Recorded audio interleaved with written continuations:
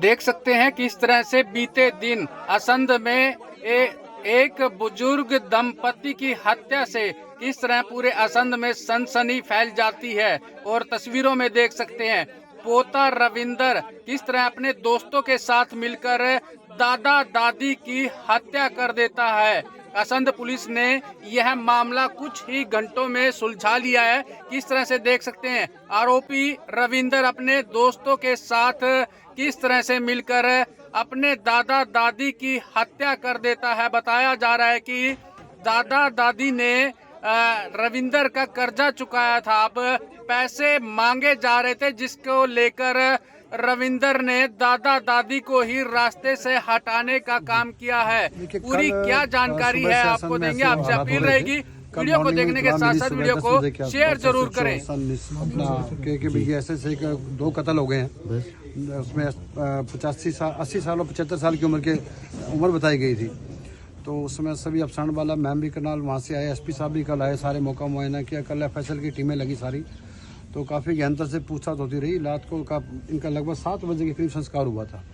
संस्कार के बाद उसके बाद हमें नज़दीक की जो मुखबर हमारे लगे हुए थे आसपास, सारे सीआईडी की टीमें लगी और सीआई की टीम थी हमारी, सीआईए 2 करनाल इंस्पेक्टर परवीन और हमारे सीआईए इंचार्ज यहाँ पे असंध शैलेंद्र सिंह। तो इनकी दोनों की टीमें लगातार काम कर रही थी। तो उसके दरमियान फिर बात सामने आई कि एक शक इस पे गया लड़के पे, जो इनका पोता है रविंदर को फिर हमने रात को हिरासत में लिया, उसका पूछताछ करी। उसके साथ पूछताछ करने के बाद वो ज़्यादा देर रुक नहीं पाया, फिर उसने सारी बात बता दी। और उसने 2 साथियों के साथ मिल के अपने, एक प्रदीप नाम का लड़का था और एक गुलशन नाम का लड़का, ये जयसिंहपुरा के थे। तो ये मामूली चोरी चिकारी कुवार कर लड़के थे। उस समय उनको बुलाया गया था इसका वारदात करने के लिए।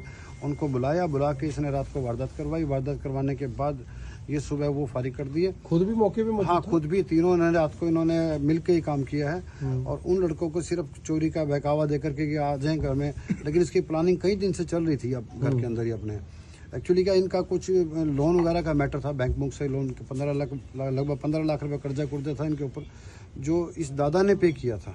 और वो दादा इनसे पैसे मांगता था। तो इनके दिमाग में प्लानिंग आ गई, क्यों ना कि षड्यंत्र रचा इन्होंने कि क्यों ना इसको ख़त्म कर दिया जाए दादा दादी को, और उसके बाद ये जगह भी इनकी हो जाएगी, वहाँ पड़ा सामान भी इनका हो जाएगा और कर्जा भी जो 15 लाख रुपये देना नहीं पड़ेगा।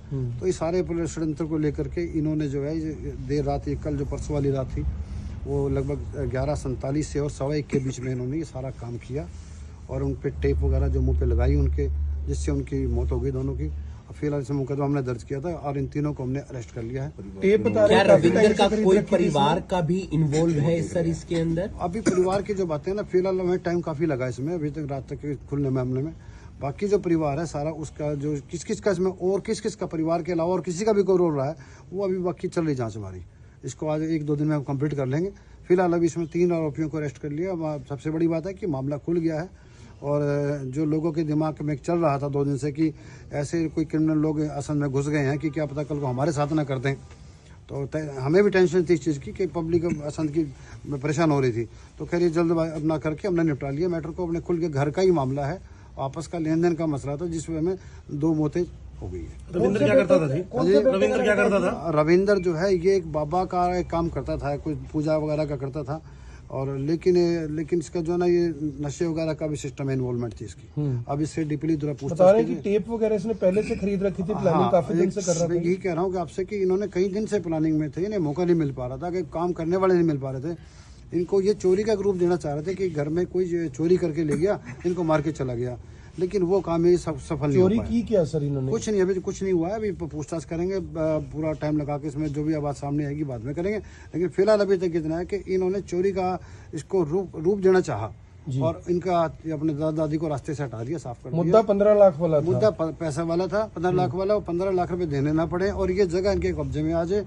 और इस पे बैठ के कोई मंदिर वगैरह की प्लानिंग बनाई थी कि यहाँ मंदिर खोल देंगे, इधर वो बैठ जाएगा, इधर कबड्डी का काम चलता रहेगा और मैं जिंदगी में। तो लोन जो था सर रविंदर के ऊपर था या उनके परिवार का? रविंदर का जो फादर है बंसी, उन्होंने लोन लिया था एक बार 7 लाख का। पारिवारिक लोन था? पारिवारिक लोन। तो 7 लाख का एक लिया, 4 लाख का एक लिया। कुछ पैसे दादा से वैसे ले रखे थे।